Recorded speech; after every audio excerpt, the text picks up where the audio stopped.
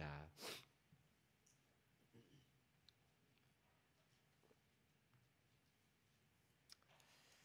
다니엘서 4장 1절부터 18절까지입니다. 저거 한 절씩 교독하도록 하겠습니다. 느부갓네살 왕은 천하에 거주하는 모든 백성들과 나라들과 각 나라를 말하는 각 언어를 말하는 자들에게 조서를 내리노라. 원하노니 너희에게 큰 평강이 있을지어다.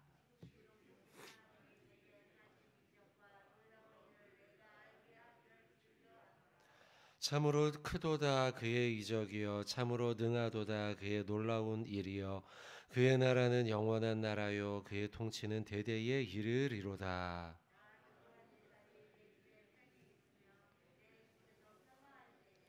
한 꿈을 꾸니 그로 말미암아 두려워하였으니 곧 내 침상에서 생각하는 것과 머릿속으로 받은 환상으로 말미암아 번민하였었노라.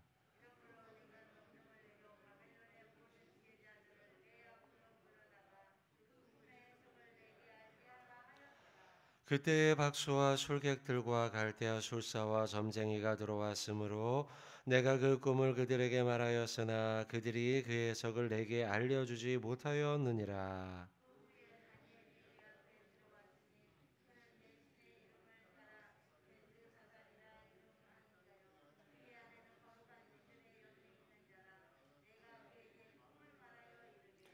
박수장 벨드사사라, 내 안에는 거룩한 신들의 영이 있은즉 어떤 은밀한 것이라도 내게는 어려울 것이 없는 줄을 내가 아노니 내 꿈의 본 환상의 해석을 내게 말하라.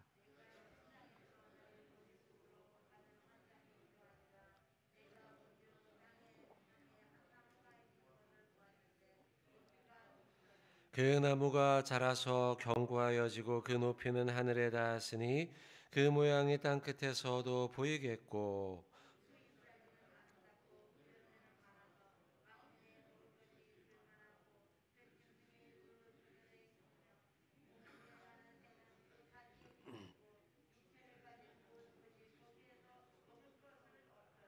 내가 침상에서 머릿속으로 받은 환상 가운데에 또 본즉 한 순찰자 한 거룩한 자가 하늘에서 내려왔는데,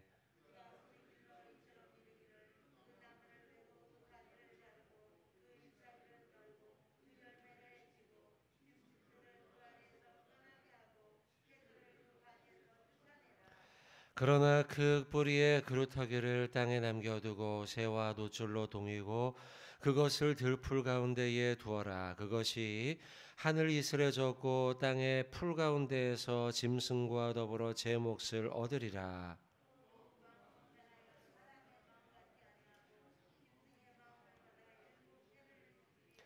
이는 순찰자들의 명령대로요 거룩한 자들의 말대로니 지극히 높으신 이가 사람의 나라를 다스리시며 자기의 뜻대로 그것을 누구에게든지 주시며 또 지극히 천한 자를 그 위에 세우시는 줄을 사람들이 알게 하려 함이라 하였느니라. 나 느부갓네살 왕이 이 꿈을 꾸었나니 너 벨드사사라, 그 해석을 밝히 말하라. 내 나라 모든 지혜자가 능히 내게 그 해석을 알게 하지 못하였으나 오직 너는 능히 하리니 이는 거룩한 신들의 영이 내 안에 있음이라. 아멘. 오늘 4장 말씀은 느부갓네살 왕의 이제 두 번째 꿈에 대한 말씀입니다. 첫 번째 꿈을 모든 박수와 지혜자들이 해석하지 못하였죠. 그 가운데 이제 다니엘이 그 꿈을 해석하고 그리고 난 뒤에 또 위기를 만나지 않습니까? 그래서 풀무불에 들어갈 위기를 만나지만 하나님의 도움 가운데 그 위기를 잘 극복해내죠. 너무 놀라죠. 세 사람이 아니고 왜 네 사람의 모양이 보이느냐 하면서 그 일들이 지나가고 그로 인해서 왕이 이제 어제 본문이죠. 30절에 왕이 드디어 사드락과 메삭과 아벳느고를 바벨론 지방에서 더욱 높였다. 이제 이런 말씀이 기록이 되어 있죠. 그리고 난 뒤로 오늘 본문 1절부터 3절까지는 느부갓네살 왕이 하나님을 높이며 찬양하는 말씀이 나오고 있습니다. 2절의 말씀을 보시면 지극히 높으신 하나님이 내게 행하신 이적과 놀라운 일을 내가 알게 하기를 즐겨하노라 하면서 하나님을 높이고 있습니다. 하나님이 지극히 높으신 분이십니다 라고 높이죠. 그리고 3절에 참으로 크도다 그의 이적이요 참으로 능하도다 그의 놀라운 일이요 그의 나라는 영원한 나라요 그의 통치는 대대에 이를 것이다 라고 하나님을 찬양합니다. 참 이례적이죠. 예, 느부갓네살 왕이 이렇게 하나님을 높이는 일은 상당히 이례적입니다. 그는 이스라엘의 왕이 아니잖아요. 그죠? 이방 나라의 왕임에도 불구하고 여호와 하나님을 이렇게 경배하고 찬양하고 있어요. 하나님을 알게 된 계기가 누구 때문입니까? 물론 하나님 당신 자신이지만 사람 가운데 다니엘과 세 친구 때문이죠. 이 몇몇 사람으로 인해 이 이방 나라의 왕, 더군다나 이 왕은 권세가 대단했고 전 세계를 통치하는 자였어요. 그가 그의 표현대로 천하에 거주하는 1절에 나오죠. 왕은 천하에 거주한다. 천하에 거주하는 모든 백성이라고 말할 정도로 그는 정말 천하를 다스릴 정도로 많은 나라를 정복하고 많은 나라의 권력을 행사하는 자였어요. 그리고 또 한편으로 보면 스스로가 말하기를 천하에 거주하는 이렇게 표현한 것으로 볼 때 그가 얼마나 교만한 사람인가도 알 수 있는 대목이에요. 왜냐하면 많은 나라를 점령하고 많은 이들에게 자신의 권력을 보여줄 만큼 힘이 있는 자였기 때문이죠. 한편으로 보면 이 표현은 결국 그 사람이 얼마나 교만할 수 있는 사람인가를 우리가 알 수 있는 거예요. 어쨌든 그런 많은 조건을 가지고 있던 그가 하나님을 찬양하고 있잖아요. 부가 몇 사람? 네 사람 때문에 다니엘 그리고 세 친구 이 네 사람 때문에 하나님을 알게 되고 그리고 3절의 말씀처럼 하나님을 향해서 2절 3절에 지극히 높으신 하나님이다 높이고 3절에 참으로 크도다 그의 이적이요 능하도다 그의 놀라운 일이요 그의 나라는 영원한 나라요 그의 통치는 대대에 이를 것이다.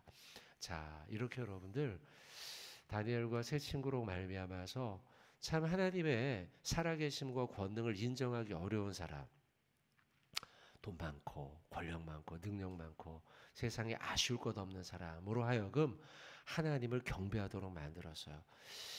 우리 역시도 우리로 인해서 세상 사람들이 하나님을 찬양하도록 만들게 우리가 통로가 되어야 될 것이고 또한 우리도 살다 보면 교만할 때가 있지만 하나님 날마다 겸손함으로 하나님을 찬양하게 하여 주시옵소서. 이렇게 우리가 살아가야겠다. 1절부터 3절까지의 말씀이 우리에게 깨닫게 하는 지혜입니다. 자, 4절부터 18절까지의 말씀은 길지만 한 가지의 내용입니다. 느부갓네살이 꿈을 꾸었다는 거예요. 그리고 두 번째 이 꿈을 가지고 마음에 번민하게 돼요. 첫 번째 꿈과 같이 이 꿈으로 인해서 아마 느부갓네살 왕은 자기가 달려오던 인생길을 잠시 멈추고 두려운 마음이 들어 내가 살아가고 있는 이 길이 맞는가? 라는 두려움에 빠졌을 거예요. 그리고 인생의 새로운 이정표를 세워야겠다라고 하는 생각이 그에게 들었을 것입니다. 그 꿈의 내용은 대충 그런 겁니다. 나무가 땅의 중앙 10절이죠. 10절 중반에 보면 내가 본즉 땅의 중앙에 한 나무가 있는 것을 보았는데 높이가 높다. 그리고 이제 오늘 본문은 아니고 내일 본문이지만 본문상에서 그 나무는 누구를 상징합니까? 바로 왕 자신을 가리키죠. 다니엘이 이제 그 꿈을 해석을 하거든요. 그래서 땅의 중앙에 큰 나무가 있는데 자신이에요. 이 나무가 높이 높이 자랍니다. 그만큼 그가 권력과 권세를 얻는 것이죠. 모든 것을 다 호령할 만큼 그가 정말 세상의 나무 가운데 가장 큰 나무가 돼요. 그리고 그 나무 가운데로 나무가 견고해지고 하늘까지 닿고 11절에 모양이 땅끝에서도 보일 정도로 12절에 잎사귀가 아름답고 열매가 많고 만민이 먹을 것이 될 만하고 들짐승이 거기에 그늘에 옵니다. 찾아옵니다. 공중의 새가 그 나무 가지에 깃듭니다. 이만큼 나무가 아주 크고 아주 멀리까지 뻗는다는 거예요. 이런 나무가 된다는 거예요. 누가요? 왕 자신이, 느부갓네살 왕 자신이 이렇게 된다는 거죠. 그런 꿈을 꿔요. 그런데 문제는 13절이죠. 내가 침상의 머릿속으로 받은 환상 가운데 본즉 한 순찰자, 한 거룩한 자, 하늘에서 내려왔는데 14절 그가 소리질러서 말하기를 이르기를 나무를 베라, 가지를 잘라라, 잎사귀를 다 이제 망해버리는 거예요. 다 망해버리는 거예요. 다 망해버려서 얼만큼만 남게 되냐면 15절 그 뿌리에 구루터기만 남겨둡니다. 그래서 살아있기는 살아있지만 거의 쓸모없게 되어버리는 지경까지 이르게 된다는 것이죠. 그리고 몇 절입니까? 15절에 보세요. 그러나 그 뿌리에 그루터기를 땅에 남겨두고 쇠와 놋줄로 동이고 그것을 들풀 가운데 두어라.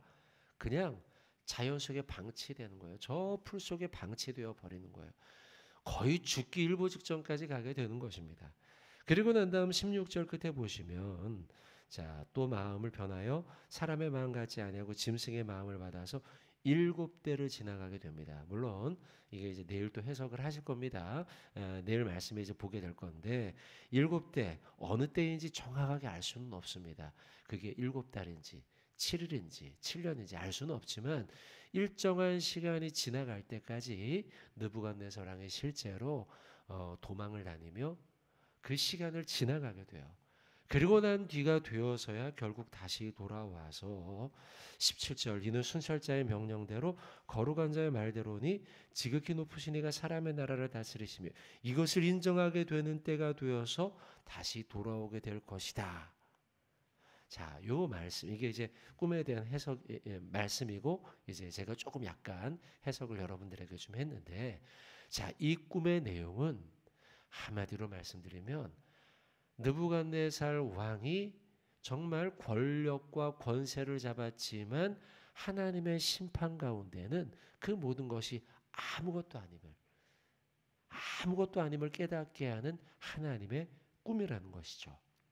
자, 이게 꿈의 내용인데 자, 이 가운데 저는요 한 가지의 말씀을 여러분들에게 오늘 드리고 싶습니다. 4절 5절 말씀이에요. 4절 5절 한번 같이 읽어볼까요? 오늘 4장 4절 5절입니다. 시작. 나 느부갓네살이 내 집에 편히 있으며 내 궁에서 평강할 때에 한 꿈을 꾸고 그로 말미암아 두려워하였으니 곧 내 침상에서 생각하는 것과 머릿속으로 받은 환상으로 말미암아 번민하였었노라. 아멘. 자, 제가 이 4절 5절을 여러분과 같이 나누고자 하는 말씀은 무엇이냐면 5절입니다. 한 꿈을 꾸고 그로 말미암아 두려워하였다라는 것이에요. 지금 여러분들에게 쭉 뒤에 있는 말씀을 여러분들에게 설교하면서 꿈에 대한 내용을 여러분들에게 알려드렸어요. 이 왕 역시도 이 꿈을 꾸면서 두려운 마음에 사로잡히게 되었습니다. 그 꿈으로 말미암아 그로 말미암아 두려워하였으니 내 침상에서 생각하는 것과 머릿속으로 받은 환상으로 말미암아 번민하게 되었다는 거예요. 특별히 4절의 말씀을 더 보시면 어디서 이런 두려움에 사로잡히게 되었는가라고 하면 4절 내 집에서입니다. 그리고 내 궁에서입니다. 왕이 평소에 생활하던 그 집 그리고 그 궁에서 편안하게 4절 표현대로 정말 편안하게 있고 그리고 평강을 누리고 있을 때라는 거예요. 내 집에서 편안히 있고 내 궁에서 평강해요. 다시 말씀드리면 여러분들 지금 두려움을 갖게 된 장소는 어디냐면 내가 늘상 평안을 누리고 있는 그 장소예요. 내가 편안하고 내가 평강을 누리고 있는 그곳에 나도 모르게 두려움에 사로잡히게 된 거예요. 꿈 하나 때문에. 시기적으로는 어떤 시기냐? 이 시기는요. 4장의 요 느부갓네살 요 시기는 어느 시기냐? 왕이 대부분의 나라에 점령하는 전쟁을 마쳤을 시기예요. 그러니까 굉장히 4절 표현처럼 편안할 때입니다. 아, 이제는 나의 적수가 없어. 라고 생각할 때라는 거예요. 많은 해야 할 왕으로서의 과제를 어느 정도 마무리하고 난 다음에요. 그러니까 시교적으로도 볼 때 지금은 굉장히 편안하고 평강을 누릴 때라는 거예요. 장소적으로 아까 잠깐 봤지만 여러분 내 집이고 내 궁이에요. 여러분들도 그렇잖아요. 밖에 나가서 하루 종일 생활할 때는 힘들고 어렵고 바쁘죠. 그러나 여러분 가장 편안한 때는 언제입니까? 집에 들어왔을 때 아닙니까? 집에 들어와서 발 닦고 세수하고 양치질하고 아니면 샤워도 하고 탁 소파에 앉아 있을 때 그때가 참 편안하지 않습니까? 가장 편안한 때라는 거예요. 그리고 가장 편안한 장소라는 거예요. 그런데요, 아무리 편안하고 아무리 평강하고 아무리 안전한 곳이라고 할지라도 인생길에는요 언제나 두려움이 찾아옵니다. 우리의 삶 가운데 가장 평안하고 가장 안전하다고 생각할지라도 그 순간이라 할지라도 언제나 인생 속에는 두려움이 찾아오고 번민이 따르는 법이라는 거예요. 그게 바로 오늘 4절 5절의 말씀이 보여주는 바예요. 느부갓네살이 두렵다고 말하는 그 시점은 바로 굉장히 편안한 시간과 장소였지만 그 순간에도 아무리 안전한 곳이라도 두려움은 찾아와요. 실제로 여러분 우리가 뭐 드라마나 아니면 텔레비를 보면 아니면 영화를 보면 사극 같은 걸 보지 않습니까? 왕궁 가장 많이 보초를 서고 가장 많이 이 군사들이 거기를 안전하게 지키지만 날마다 그곳은 살얼음판을 걷는 곳 아닙니까? 막 왕을 독살하려고 막 음식에 독을 타기도 하고요. 자객이 찾아오기도 하고요. 가장 안전한 곳이지만 그러나 그곳이 가장 위험한 곳이기도 해요. 우리의 인생도 그래요.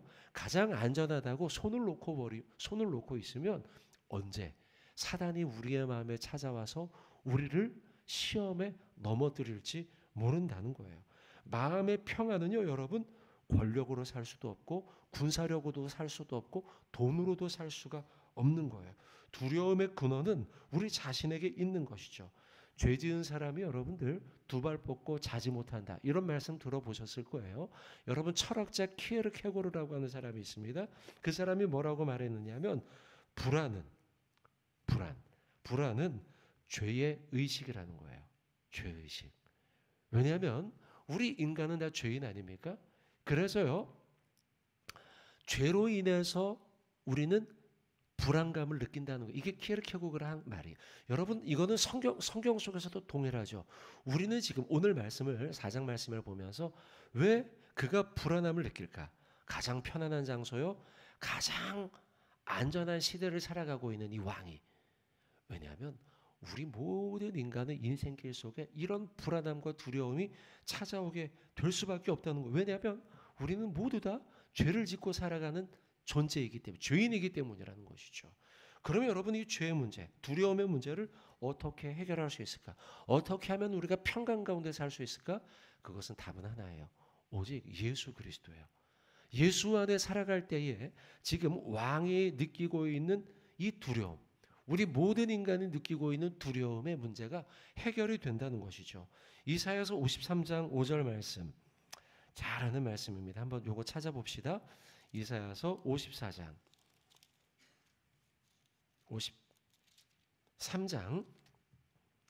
5절입니다. 이사야서 53장 5절 말씀입니다.